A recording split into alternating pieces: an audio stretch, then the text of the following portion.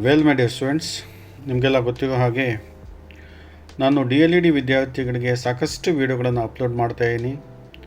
ಎಕ್ಸಾಮಿನೇಷನ್ಗೆ ಸಂಬಂಧಪಟ್ಟಂತೆ ಅನೇಕ ವೀಡಿಯೋಗಳನ್ನು ನಾನು ಅಪ್ಲೋಡ್ ಮಾಡ್ತಾನೇ ಇದ್ದೀನಿ. ನೀವು ಕೂಡ ಕಾಮೆಂಟ್ ಬಾಕ್ಸ್ಗಳಲ್ಲಿ ಒಳ್ಳೆಯ ಕಾಮೆಂಟ್ಗಳನ್ನು ಹಾಕ್ತಾಯಿದ್ದೀವ ಮತ್ತು ನನ್ನ ವೀಡಿಯೋಗಳನ್ನು ಲೈಕ್ ಮಾಡ್ತಾಯಿದ್ದೀವ ಮತ್ತು ನನ್ನ ಚಾನಲನ್ನು ಸಬ್ಸ್ಕ್ರೈಬ್ ಕೂಡ ಮಾಡ್ತಾಯಿದ್ದೀವ. ನನ್ನ channel name rice up motives ಅಂತ ಹೇಳ್ಬಿಟ್ಟು. ಈ ಒಂದು ವಿಡಿಯೋದಲ್ಲಿ ವಿಶೇಷವಾಗಿ ನಾನು ಪ್ರಥಮ DLED ವಿದ್ಯಾರ್ಥಿಗಳಿಗೆ ಗಣಿತ ವಿಷಯದ ಬಗ್ಗೆ 2 ಮಾರ್ಕ್ಸ್ ಕ್ವಶನ್ಸನ್ನು ನಾನು ನಿಮ್ಮ ಜೊತೆ ಸಾಲ್ವ್ ಮಾಡೋದಕ್ಕೆ ಹೋಗ್ತಾಯಿದ್ದೀನಿ. ಭಾಳ ಇಂಪಾರ್ಟೆಂಟ್ ಆಗಿರ್ತಕ್ಕಂಥ 2 ಅಂಕಗಳ ಪ್ರಶ್ನೆಗಳನ್ನು ನಿಮ್ಮ ಜೊತೆ ಚರ್ಚೆ ಮಾಡ್ತೀನಿ. ಈಗಾಗಲೇ MCQಗಳನ್ನು ನಾನು ಚರ್ಚೆ ಮಾಡಿದ್ದೆ. ಭಾಳಷ್ಟು ವಿದ್ಯಾರ್ಥಿಗಳು 2 ಮಾರ್ಕ್ಸ್ ಕ್ವಶನ್ನು ಕೂಡ ನಮ್ಮ ಜೊತೆ ಡಿಸ್ಕಸ್ ಮಾಡಿ ನಮಗೆ ತುಂಬ ಉಪಯೋಗ ಆಗುತ್ತೆ ಅಂತ ಕೇಳ್ಕೊಂಡಿದ್ದಾವೆ ಕಾಮೆಂಟ್ ಬಾಕ್ಸಲ್ಲಿ.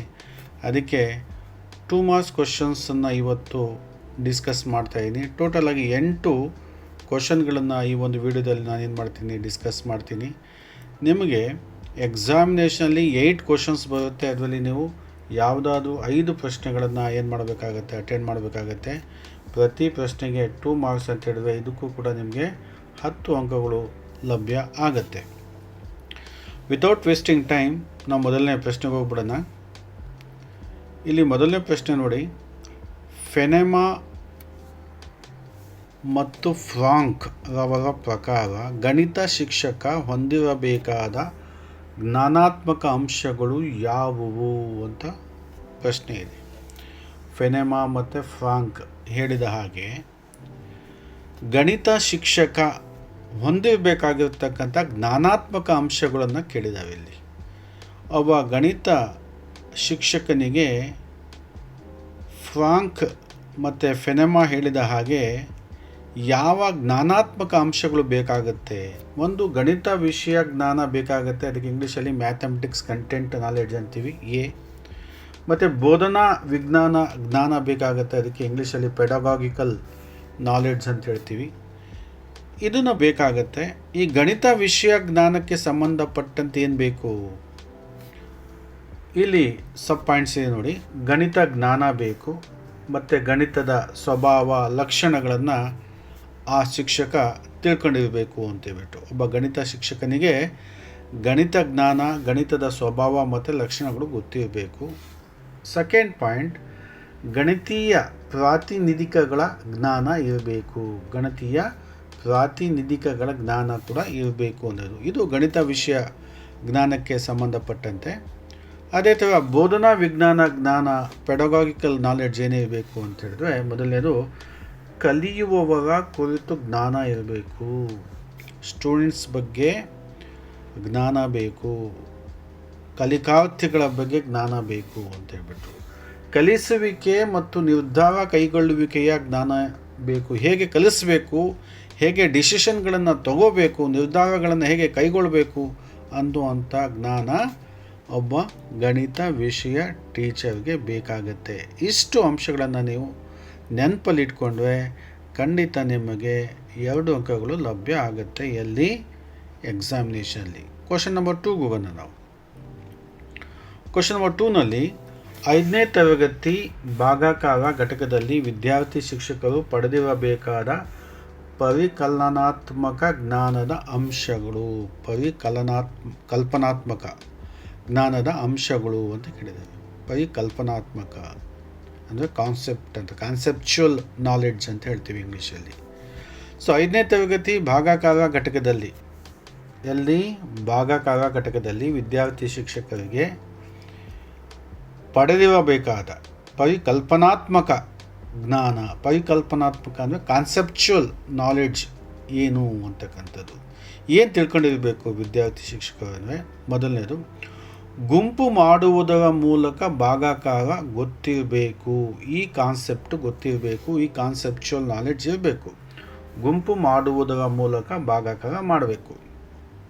ಮತ್ತು ಸೆಕೆಂಡ್ ಪಾಯಿಂಟ್, ಗುಣಾಕಾರದ ಹಿಮ್ಮುಖ ಪ್ರಕ್ರಿಯೆಯಾಗಿ ಭಾಗಾಕಾರ, ಅದು ಗೊತ್ತಿರಬೇಕು. ಗುಣಾಕಾರದ ಹಿಮ್ಮುಖ ಪ್ರಕ್ರಿಯೆಯಾಗಿ ಭಾಗಾಕಾರ ಹೇಗೆ ಮಾಡಬೇಕು ಅನ್ನೋದು ಗೊತ್ತಿರಬೇಕು. ಆ ಕಾನ್ಸೆಪ್ಟು ಕೂಡ ಗೊತ್ತಿರಬೇಕು. ಭಾಗಾಕಾರದ ಅಲ್ಗಾರಿದಮ್ ಅಂತ ಹೇಳ್ತೀವಿ, ಅಂದರೆ ಅಂಶಗಳು, ಅದು ಕೂಡ ಗೊತ್ತಿರಬೇಕು ಅಂತ ಹೇಳ್ಬಿಟ್ಟು. ಮತ್ತು ಭಾಜ್ಯ, ಭಾಜಕ, ಭಾಗಲಬ್ಧ, ಶೇಷ ಇವುಗಳ ನಡುವಿನ ಸಂಬಂಧ ಗೊತ್ತಿರಬೇಕು. ಸೊ 5ನೇ ತರಗತಿ ಭಾಗಕಾರ ಘಟಕದಲ್ಲಿ ವಿದ್ಯಾರ್ಥಿ ಶಿಕ್ಷಕರಿಗೆ ಏನು ಕಲ್ಪನಾತ್ಮಕ ಜ್ಞಾನ ಬೇಕು ಅಂತ ಹೇಳಿದ್ರೆ, ಗುಂಪು ಮಾಡೋದ್ರ ಮೂಲಕ ಭಾಗಾಕಾರ, ಗುಣಾಕಾರದ ಹಿಮ್ಮುಖ ಪ್ರಕ್ರಿಯೆಯಾಗಿ ಭಾಗಾಕಾರದ ಅಲ್ಗಾರಿದಮ್, ಭಾಜ್ಯ, ಭಾಜಕ, ಭಾಗಲಬ್ಧ ಮತ್ತು ಶೇಷಗಳ ನಡುವಿನ ಸಂಬಂಧ, ಈ 4 ಅಂಶಗಳು ಗೊತ್ತಿರಬೇಕು. ಇದನ್ನು ನೀವು ನೆನಪಲ್ಲಿ ಇಟ್ಕೊಂಡ್ರೆ ನಿಮಗೆ 2 ಅಂಕ ಎಕ್ಸಾಮಿನೇಷನ್ಲಿ ಸಿಗುತ್ತೆ, ಲಭ್ಯ ಆಗುತ್ತೆ. ಕ್ವಶನ್ ನಂಬರ್ 3ಗೆ ಹೋಗೋಣ ನಾವು. ಕ್ವಶನ್ ನಂಬರ್ 3ನಲ್ಲಿ ಪಿಯಾಜೆ ರವರ ಜ್ಞಾನಾತ್ಮಕ ಬೆಳವಣಿಗೆಯ 4 ಸಾಮಾನ್ಯ ಲಕ್ಷಣಗಳು ಅಂತ ಕೇಳಿದ್ದಾರೆ. ನೋಡಿ, ಇಲ್ಲಿ ಹಂತಗಳು ಕೇಳಿಲ್ಲ, ಕನ್ಫ್ಯೂಸ್ ಮಾಡ್ಕೊಳಕ್ಕೆ ಹೋಗ್ಬೇಡಿ. 4 ಸಾಮಾನ್ಯ ಲಕ್ಷಣಗಳು ಅಂತ ಇದೆ. ಪಿಯಾಜೆದು ಜ್ಞಾನಾತ್ಮಕ ಬೆಳವಣಿಗೆ ನಿಮ್ಗೆ ಗೊತ್ತಿದೆ, ಕಾಗ್ನಿಟಿವ್ ಡೆವಲಪ್ಮೆಂಟ್ ಅಂತ ಹೇಳ್ತೇವೆ ಪಿಯಾಜೆ, ಅದಕ್ಕೆ ನಾವು ಕನ್ನಡದಲ್ಲಿ ಜ್ಞಾನಾತ್ಮಕ ಬೆಳವಣಿಗೆ ಅಂತ ಹೇಳ್ತೀವಿ. ಇದರ 4 ಸಾಮಾನ್ಯ ಲಕ್ಷಣಗಳು ಯಾವುದು ಅಂತ ಹೇಳಿದ್ರೆ, ಈ ಪಿಯಾಜೆಯ ಜ್ಞಾನಾತ್ಮಕ ಬೆಳವಣಿಗೆಯ ಹಂತಗಳೇನಿದೆ ಪರಸ್ಪರ ಸಂಬಂಧವನ್ನು ಹೊಂದಿವೆ. ಈ ಹಂತಗಳೇನಿದೆ, ಜ್ಞಾನಾತ್ಮಕ ಬೆಳವಣಿಗೆಯ ಹಂತಗಳು, ಪಿಯಾಜೆದು ಹಂತಗಳು ಪರಸ್ಪರ ಸಂಬಂಧವನ್ನು ಹೊಂದಿರುತ್ತೆ. ಇದು ಮೊದಲನೇ ಒಂದು ಪಾಯಿಂಟು. ಆಮೇಲೆ ಏನು 4 ಸಾಮಾನ್ಯ ಲಕ್ಷಣಗಳು, ಸೆಕೆಂಡ್ ಒನ್ ಏನು ಅಂತ ಹೇಳಿದ್ರೆ, ಬೆಳವಣಿಗೆ ನಿರಂತರ ಮತ್ತು ವಿಚ್ಛಿನ್ನ ಎರಡೂ ಆಗಿದೆ ಅಂತಕ್ಕಂಥದ್ದು. ಬೆಳವಣಿಗೆ, ಮಗುವಿನ ಬೆಳವಣಿಗೆ ನಿರಂತರವಾಗೂ ಆಗುತ್ತೆ, ಕೆಲವು ಸತಿ ವಿಚ್ಛಿನ್ನ ಆಗುತ್ತೆ. ವಿಚ್ಛಿನ್ನ ಅಂದರೆ ನಿರಂತರತೆಯಲ್ಲಿ ಅಡೆತಡೆ ಕೂಡ ಬರಬಹುದು ಅಂತಕ್ಕಂಥದ್ದು. ನಿರಂತರ ಮತ್ತು ವಿಚ್ಛಿನ್ನ ಎರಡೂ ಆಗಿದೆ, ಎರಡೂ ಗುಣಲಕ್ಷಣಗಳನ್ನು ಅದು ಹೊಂದಿದೆ ಅಂತಕ್ಕಂಥದ್ದು. ಥರ್ಡ್ ಒನ್, ಮಕ್ಕಳು ತಮ್ಮ ವಯೋಮಾನದ ಸಾಮಾನ್ಯ ಗುಣಲಕ್ಷಣಗಳನ್ನು ಪ್ರದರ್ಶಿಸುತ್ತಾರೆ. ಮಕ್ಕಳು ತಮ್ಮ ವಯೋಮಾನದ ಸಾಮಾನ್ಯ ಗುಣಲಕ್ಷಣಗಳು, ತಮ್ಮ ವಯೋಮಾನದ ಅಂತ ಹೇಳಿದ್ರೆ 5ನೇ ವರ್ಷದ ಮಗು 5ನೇ ವರ್ಷದ ಸಾಮಾನ್ಯ ಗುಣಲಕ್ಷಣಗಳನ್ನು ಪ್ರದರ್ಶನ ಮಾಡುತ್ತೆ. 8ನೇ ವರ್ಷದ ಮಗು 8ನೇ ವರ್ಷದ ಸಾಮಾನ್ಯ ಗುಣಲಕ್ಷಣಗಳನ್ನು ಪ್ರದರ್ಶನ ಮಾಡುತ್ತೆ. ತಮ್ಮ ವಯೋಮಾನದ ಸಾಮಾನ್ಯ ಗುಣಲಕ್ಷಣಗಳನ್ನು ಅದು ಪ್ರದರ್ಶನ ಮಾಡುತ್ತೆ. ಇದು ಥರ್ಡ್ ಲಕ್ಷಣ. 4ನೇದು, ಬೆಳವಣಿಗೆಯ ಹಂತಗಳು ಹಿಮ್ಮುಖವಾಗಿರುವುದಿಲ್ಲ. ಯಾವುದೇ ಕಾರಣಕ್ಕೆ ಬೆಳವಣಿಗೆಯ ಹಂತಗಳು ಹಿಮ್ಮುಖವಾಗಿಲ್ಲ, ಅದು ಮುಮ್ಮುಖವಾಗಿರುತ್ತೆ. ಅದು ಮುಂದೆ ಸಾಗುತ್ತೆ, ಹಿಂದೆ ಸಾಗೋದಿಲ್ಲ. ಬೆಳವಣಿಗೆಯ ಹಂತಗಳು ಯಾವುದೇ ಕಾರಣಕ್ಕೆ ಹಿಮ್ಮುಖವಾಗಿರುವುದಿಲ್ಲ.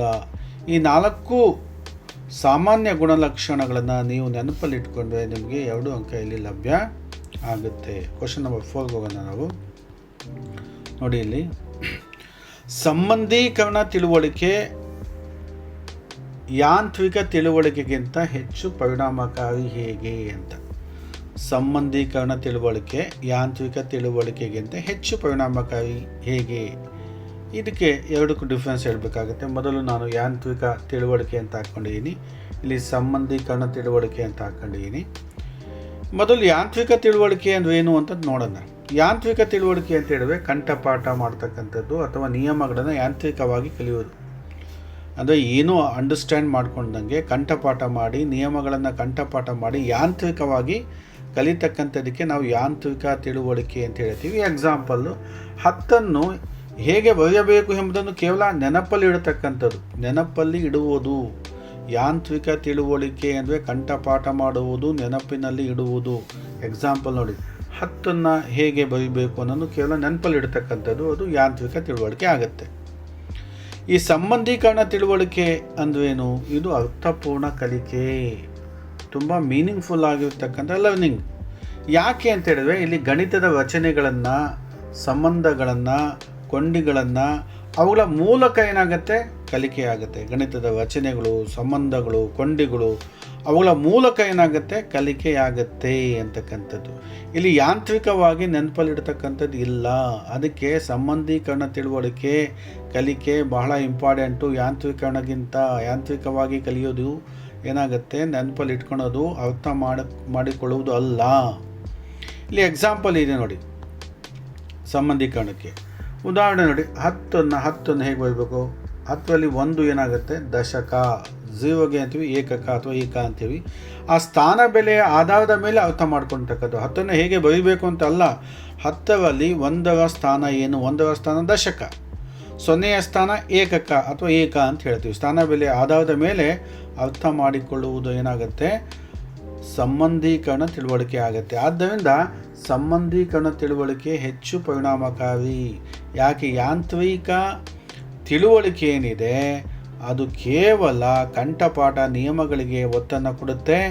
ಆದರೆ ಸಂಬಂಧೀಕರಣ ತಿಳುವಳಿಕೆ ಅರ್ಥಪೂರ್ಣ ಕಲಿಕೆಗೆ ಒತ್ತನ್ನು ಕೊಡುತ್ತೆ. ರಚನೆಗಳು, ಸಂಬಂಧಗಳು, ಕೊಂಡಿಗಳ ಮೂಲಕ ಗಣಿತವನ್ನು ಕಲಿಸುತ್ತೆ. ಅದಕ್ಕೆ ಸಂಬಂಧೀಕರಣ ತಿಳುವಳಿಕೆ ಬಹಳ ಒಳ್ಳೆಯದು ಅಂತ. ಇದನ್ನು ನೀವು ನೆನಪಲ್ಲಿ ಇಟ್ಕೊಂಡ್ರೆ ನೀವು ಖಂಡಿತ 2 ಅಂಕ ಲಭ್ಯ ಆಗುತ್ತೆ. 5ನೇದು ನೋಡಿ, ರಚನಾತ್ಮಕ ಕಲಿಕಾ ಪರಿಸರದ 4 ಲಕ್ಷಣಗಳು ಅಂತ ಇದೆ ಪ್ರಶ್ನೆ. ರಚನಾತ್ಮಕ ಕಲಿಕಾ ಪರಿಸರದ 4 ಲಕ್ಷಣಗಳು, ಇದು ಬಹಳ ಇಂಪಾರ್ಟೆಂಟ್ ಆಗಿರ್ತಕ್ಕಂಥ ಪ್ರಶ್ನೆ. ರಚನಾತ್ಮಕ ಕನ್ಸ್ಟ್ರಕ್ಟಿವಿಸಮ್ ಅಂತ ಹೇಳ್ತೀವಿ ಇಂಗ್ಲೀಷಲ್ಲಿ. ಜ್ಞಾನದ ರಚನೆಗೆ ಒತ್ತನ್ನು ನೀಡುತ್ತೆ. ಮೊದಲನೇ ಪಾಯಿಂಟು, ಜ್ಞಾನದ ರಚನೆ, ನಾಲೆಡ್ಜ್ ಕನ್ಸ್ಟ್ರಕ್ಷನ್ಗೆ ಹೆಚ್ಚು ಒತ್ತನ್ನು ನೀಡುತ್ತೆ. ಇದು ಮೊದಲನೇ ಪಾಯಿಂಟು. ನೈಜತೆಯನ್ನು ಬಹುವಿಧವಾಗಿ ಪ್ರತಿನಿಧಿಸುತ್ತೆ.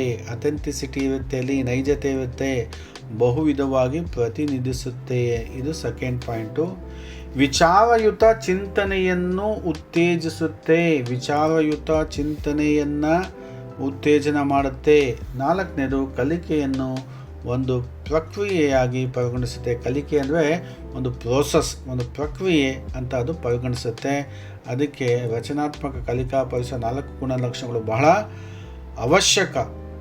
ಒಂದು ಮಗುವಿಗೆ ಕಲಿಕೆಯನ್ನು ಕಲಿಸೋದಕ್ಕೆ ರಚನಾತ್ಮಕ ಕಲಿಕಾ ಪರಿಸರದ 4 ಲಕ್ಷಣಗಳನ್ನು ಇಲ್ಲಿ ಹೇಳಿದ್ದಾವೆ. ಇದನ್ನು ನೀವು ನೆನಪಲ್ಲಿ ಇಟ್ಕೊಂಡ್ರೆ ನಿಮಗೆ ಖಂಡಿತ 2 ಅಂಕ ಲಭ್ಯ ಆಗುತ್ತೆ. ಕ್ವಶನ್ ನಂಬರ್ 6ಗೆ ಹೋಗೋಣ ನಾವು. 4ನೇ ತರಗತಿ ಭಾಗಕಾರ ಘಟಕ. ನೋಡಿ, ಭಾಗಕಾರ ಘಟಕದ ಬಗ್ಗೆ ಪ್ರಶ್ನೆ ಬರ್ತಾ ಇದೆ, ನೆನಪಲ್ಲಿ ಇಟ್ಕೋಬೇಕು. ನೀಡಬಹುದಾದ 2 ಲಿಖಿತ ಅಭ್ಯಾಸಗಳು. 2 ಲಿಖಿತ ಅಭ್ಯಾಸಗಳು ಅಂತ ಕೇಳಿದ್ದಾವೆ. ಅದಕ್ಕೆ ನನ್ನ 2 ಲಿಖಿತ ಅಭ್ಯಾಸ ಇಲ್ಲಿ ನಾನು ಹಾಕಿದ್ದೀನಿ. 4ನೇ ತರಗತಿ ಭಾಗಕಾರ ಘಟಕ, ಅಲ್ಲಿ ನೀಡಬಹುದಾದ 2 ಲಿಖಿತ ಅಭ್ಯಾಸ ಕಾರ್ಯಗಳು ಯಾವುದು ಅಂತ ಹೇಳಿದ್ರೆ, ವಸ್ತುಗಳ ಗುಂಪಿನ ಚಾರ್ಟ್ ನೀಡಿ ಸಮನಾಗಿ ಹಂಚುವಂತೆ ಸೂಚಿಸುವುದು. ಒಂದು ವಸ್ತುಗಳ ಗುಂಪಿನ ಚಾರ್ಟ್ ಕೊಡ್ತಕ್ಕಂಥದ್ದು, ಅದನ್ನು ಸಮನಾಗಿ ಹಂಚುವಂತೆ ಸೂಚನೆ ಮಾಡ್ತಕ್ಕಂಥದ್ದು. ಭಾಗಿಸೋದು ಅಂತ ಹೇಳ್ಬಿಟ್ಟು, ಸಮನಾಗಿ ಹಂಚೋದು ಅಂದರೆ ಭಾಗಿಸುವುದು ಅಂತ ಹೇಳ್ಬಿಟ್ಟು ಆಗುತ್ತೆ. ಇದು ಮೊದಲನೇ ಪಾಯಿಂಟು, ಅಭ್ಯಾಸ. ಸೆಕೆಂಡ್ ಒಂದು, ಪಠ್ಯಪುಸ್ತಕದ ಅಭ್ಯಾಸದಲ್ಲಿರುವ ಸಮಸ್ಯೆಗಳನ್ನು ಬಿಡಿಸುವಂತೆ ಹೇಳುವುದು.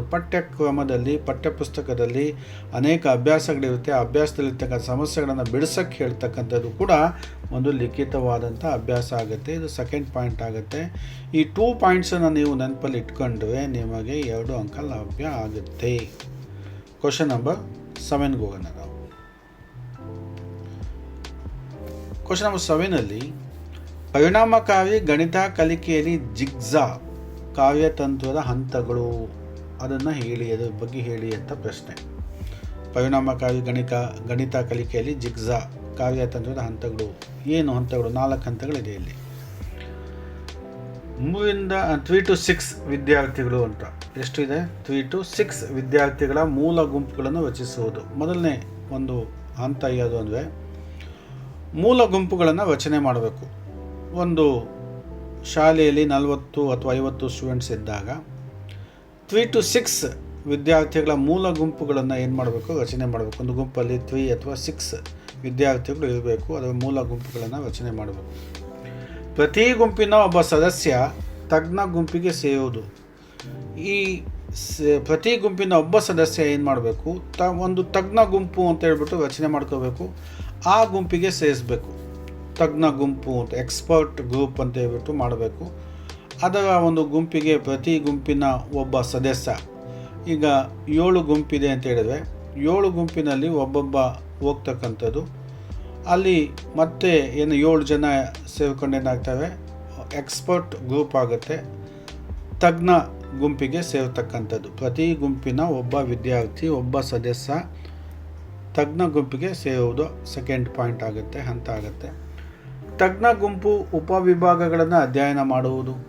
ಈ ತಜ್ಞ ಗುಂಪು ಏನು ಮಾಡುತ್ತೆ? ಉಪವಿಭಾಗಗಳನ್ನು ಅಧ್ಯಯನ ಮಾಡುತ್ತೆ, ಗಣಿತದ ಬಗ್ಗೆ ಅಧ್ಯಯನ ಮಾಡುತ್ತೆ, ಎಲ್ಲ ತಿಳ್ಕೊಳುತ್ತೆ.